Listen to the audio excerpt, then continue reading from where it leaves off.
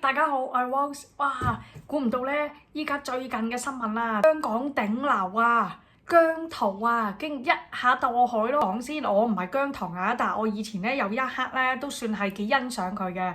跟住再加上佢瘦嗰陣時咧，真係好鬼靚仔啊！即係喺嗰啲咧電視度睇嗰個地道廣告啊，初初以為係山田涼介咯。琴日一下睇到佢個新聞咧，真係嚇一跳咯，話墮海。希望佢唔係真係有咩情緒病啦。睇到坊間啊，好似話佢又食藥又飲酒。我記得我嗰陣時啊去藥房買藥咧，就嗰個醫師就係一下同我傾偈咧。如果咧你食嗰啲止痛藥，跟住之後飲酒咧，真係會即刻掰㗎。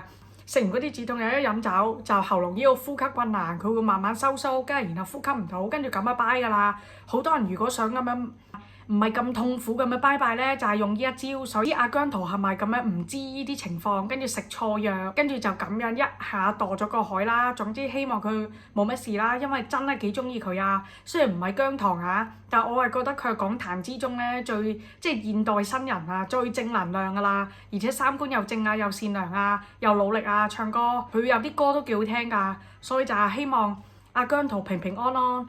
壓力大、責任心都好強喎，你睇下佢依家一下咁樣墮海啊，第一時間仲 IG 咁樣 po 相話我冇事喎，第二日仲咁樣正常工作，我都好服啊！佢人太好啦，我都唔希望佢出事啊，仲有好多嗰啲姜糖咧支持佢噶，我都希望佢平平安安，努力又係做多啲新歌。好，今日先分享咁多，拜拜！大家有興趣啊，記得 follow 我呢個頻道，就係 CLS 啊，訂閱、分享、按讚，跟住咧就係鳩鳩訂閱數啊！我已經過咗1000㗎啦，但係就係4000小時嗰個觀向數啊，就係真係有啲難突破啊！我好想收錢啊！又或者你哋有啲咩咧想拍啊，想聽我分享咧，都可以下邊留言講出嚟啊！就係等我知道我識嘅話，我全部都分享同埋講出嚟嚇。好，我哋下條片再見，拜拜。